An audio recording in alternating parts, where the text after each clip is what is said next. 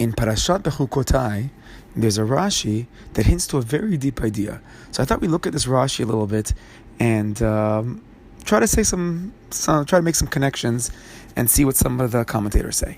So, in the Parashat Behukotai, we have the Tochacha.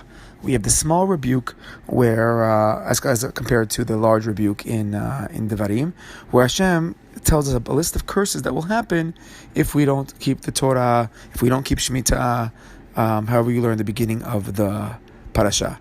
But towards the end of the parasha, Hashem says, but you know what? After all the terrible stuff is going to happen to you, Bezacharti et beriti Yaakov, I'm going to remember my covenant with Yaakov. Ve'avet beriti Yitzchak is ve'avet beriti Avraham eskor, and remember the covenant with Yitzchak. I'm going to remember the covenant of Avraham eskor. Ve'aretz is going to remember the land of Israel, and I'm going to remember that, and it's going to bring about the salvation, and we're going to come back, and things are going to be good. So this is like the consolation at the very end. I'm going to remember my promises that I made, and everything is going to be great. Says Rashi, V'zacharti et beriti Yaakov, this is Perek Kavav, Pasuk Mem Bet. Says Rashi, what does it mean that Hashem is going to remember the covenant with Yaakov? So Rashi notices something interesting. If you look in the Torah, the name Yaakov is spelled with a Vav. Yud, Ayin, Kuf, Vav, Vet. Normally Yaakov is spelled 4 letters, Yud, Ayin, Kuf, Vet, no Vav. But here, Yaakov is spelled Maleh. So says Rashi, B'hamisha mekomot nichtav Maleh. In 5 places in the Torah, we find Yaakov's name spelled Maleh, spelled with the letter Vav. Eliyahu Haser.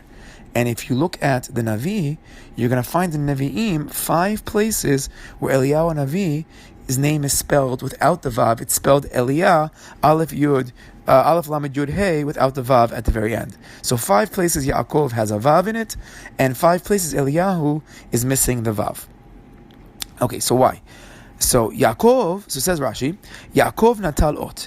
Yaakov took the letter from Eliyahu's name, Bishmo shel Eliyahu, from his name, Eravon, as a security, sheyavo v'yivaser geulat banav, so that Eliyahu will come and he'll declare the big geulah, the redemption of the Jewish people. Meaning Eliyahu has a job. He has a job to declare Mashiach is coming, and Mashiach's still not here. We're praying, B'ezrat Hashem. We just finished Lag BaOmer here in Israel. Lag BaOmer is a special time for prayer, to pray for the Beit HaMikdash, a special koach in Lag BaOmer. Mashiach's still not here. So Yaakov goes to Eliyahu, you're not doing your job. You got to bring the Mashiach. You got to declare Mashiach's here. So what does Yaakov do to guarantee? He takes the security, he takes the Vav from Eliyahu's name in 5 places, and he takes the Vav and puts it in his name for 5 places. That's what Yaakov's doing. Okay, so a couple questions. First off, what in the world is going on? And on a simple level, okay, why 5? Take 10 of his name, or why the letter Vav also? So I saw a cool idea. The Mizrahi says simply, he actually says, Lo yadati tam lachamisha mekomot. The Mizrahi says, I'm not fully sure why there's 5, but he says, well, one time would have been enough, but maybe Shema, he's taking 5. It's as if the 5 corresponds to the 5 books of the Torah. Hamisha chumshei Torah. It's as if he's making him swear on the 5 books of Torah that he's going to bring the Mashiach. So he takes it 5 times as if he's swearing on the 5 books of the Torah. Okay, that's the Mizrahi. I also heard, why the letter Vav? So I heard the letter Vav could maybe be the Shisha Sidrei Mishnah. That would be the 6 books of the Mishnah. So he's actually swearing on the oral Torah and the written Torah. Or if we're going to say a little different, Yaakov, who symbolizes Torah from the Avot, Yaakov is Torah. So one of the ways the Geulah might happen, one of the ways Hashem will bring the Nechama in our parasha from all the curses is going to be through the Torah, both the actual Torah, the 5 books of Moses, the written, as well as the oral Torah, the Torah Sheba'al Peh, and that would be the Vav and the Hey. Those were the 2 things we need to ultimately bring Mashiach. But if you look at the Gur Aryeh, if you look at the Maharal's commentary on Rashi, I think we see much deeper things. So comes along the Maharal, and the Maharal says, fascinating. Eliyahu Hanavi's name is missing. It's lacking letters. Who else has a name that's lacking letters? So if you go back to Parashat Beshalach, right before, at the very end of the parasha, right before we get to Parashat Yitro and get the Torah, we have the story of Amalek. And Amalek attacks us, and afterwards we win the war, and Hashem tells Moshe, write this stuff down. You can't forget what Amalek did. And Moshe builds a Mizbeach and calls out the name of Hashem, and he promises we're not going to forget, and we're going to declare a war against Amalek until he's totally completed. Vayomer kiyad al kesiyah milchama ladonai ba'amalek midor dor. He says, he places like the hand on the throne of HaKadosh Baruch Hu as a swearing that we're going to fight against Amalek till the very end.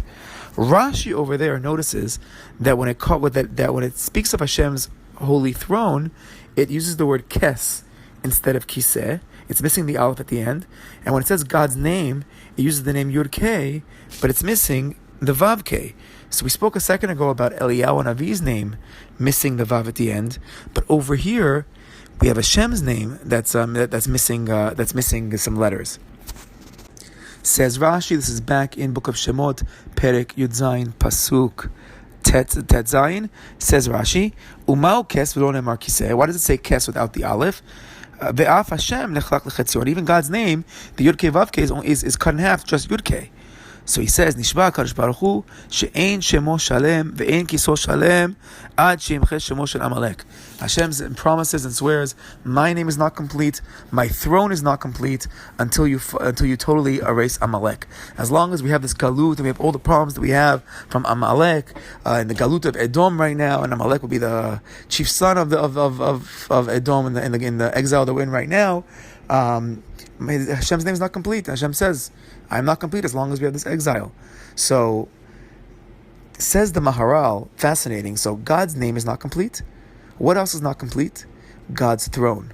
The word kiseh is missing the aleph. Says the Maharal, that's very fascinating, because whose picture is on Hashem's throne? So there's a famous Chazal, famous Gemara, that in the Kabbalah goes at length with this kind of stuff, that Yaakov's face was on Hashem's kiseh. So right now, Hashem's name is not complete. His throne is not complete. And the face of Yaakov is right there. That's why Yaakov says right now, wait a second, Eliyahu, you have a job to do right now. The throne is not complete. You got to go and you got to complete it. And I'm going to make your name incomplete until you complete the actual throne. And if you want to get a little deeper, look at the name Eliyahu itself. What is the name of Eliyahu composed of? So you have the Eliyahu, you have like the Aleph Lamed at the beginning. That's one of Hashem's names, and then the Yud Kei Vav at the end. That's like the start of HaKadosh Baruch Hu's name.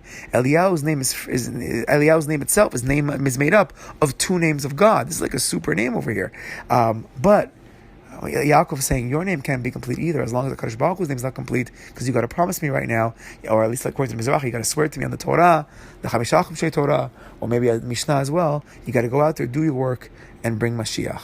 So a lot more to say about this, a lot more involved over here. But I think that's a good start for the missing Vavs in Eliyahu's name and Yaakov taking it as a security. Shabbat Shalom.